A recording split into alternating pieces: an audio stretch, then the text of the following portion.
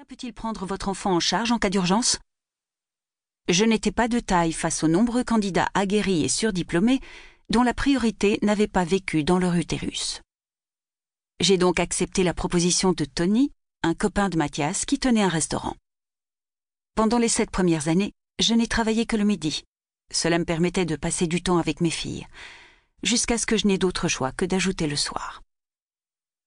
Je viens de baisser le rideau lorsque Tony me hèle depuis son bureau. Je le rejoins et m'assois face à lui. « Tu sais que je t'aime bien, Anna. » Situs inversus. Ça s'annonce mal. « Tu bosses là depuis quoi? 10 ans? » 14. 14, le temps file. Je me souviens encore de ton entretien. T'étais toute... Viens-en au fait, Tony. Il masse ses tempes du bout des doigts et soupire. Estelle a perdu son boulot. Je voudrais l'embaucher. Ah, je suis rassurée, je croyais que tu allais m'annoncer une mauvaise nouvelle. Je t'avoue que je ne sais pas si c'est l'idée du siècle par rapport à ta femme, mais après tout, c'est ton problème. Elle commence quand? Il secoue la tête. Je voudrais l'embaucher à ta place, Anna. L'information met plusieurs secondes à trouver le chemin de mon cerveau. Comment ça, à ma place? Mais tu ne peux pas faire ça. Je sais, j'ai aucune raison de te licencier. Quoi qu'en cherchant bien, on trouve toujours. Mais je te ferai pas ça, tu le mérites pas. J'ai une proposition à te faire. On se sépare à l'amiable, on fait une convention, et je te donne une petite enveloppe pour te remercier. J'ignore combien de temps je reste là, sans réaction. Assez pour penser à toutes les factures que je n'arrive déjà pas à honorer. Assez pour imaginer le frigo encore plus vide qu'il ne l'est. Assez pour comprendre que les appels des huissiers vont redoubler. Assez pour visualiser la tête de mes filles quand je leur annoncerai que leur mère est au chômage. Alors, t'en dis quoi? Je recule ma chaise et me lève. Va te faire foutre, Tony. Les chroniques de Chloé. Avant toute chose, je tiens à vous remercier pour tous vos commentaires. Il y a un an, quand j'ai ouvert ce blog, je n'imaginais pas que vous seriez aussi nombreux à lire les pensées d'une ado de 17 ans mal dans sa peau. Merci. Chloé. J'ai ajusté mon bonnet et jeté un dernier coup d'œil au miroir. Parfait. À l'abri derrière mon fond de teint et mon rouge à lèvres, j'étais prête à affronter la journée. J'ai dévalé les 3 étages en insérant le casque dans mes oreilles. En bas, la porte était encore cassée et le vent froid s'engouffrait dans l'escalier. Si seulement il pouvait emporter l'odeur de pisse.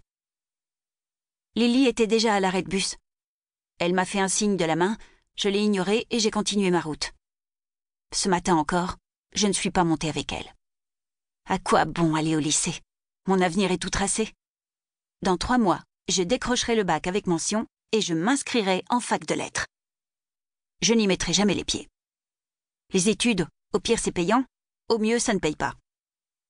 Hier matin, maman a encore reçu un recommandé. Elle l'a caché sous ses pantalons avec les autres, mais je ne suis pas bête. En plus de son boulot au resto, elle fait du repassage pour les voisins. Je ne peux pas continuer de vivre à ses crochets. L'année prochaine, je travaillerai. J'ai traversé la cité en la regardant s'animer. Le matin, ça sent l'espoir. C'est peut-être le jour où tout va changer. Une rencontre, une idée, une solution, un départ. Chaque matin, j'écris dans ma tête mes rêves au crayon à papier. Chaque soir, je les efface. Je saluais d'un geste de la main ceux que je croisais. Depuis 5 ans qu'on vit ici, je connais tout le monde. Leïla, qui emmenait Assia et Elias à l'école. Madame Lopez, qui buvait son café à sa fenêtre. Ahmed, qui rejoignait sa voiture. Marcel, qui promenait ses 2 chihuahuas. Nina, qui courait pour ne pas louper le bus. Jordan, qui n'arrivait pas à faire démarrer son scooter. Ludmila, qui s'en grillait une devant l'entrée du bâtiment D. « Je t'attendais », elle m'a dit en ouvrant la porte. Elle habite au 7e, dans un studio. C'était la première fois que je venais. Elle m'a fait signe de m'asseoir sur le clic-clac. Malik m'a promis que t'étais fiable.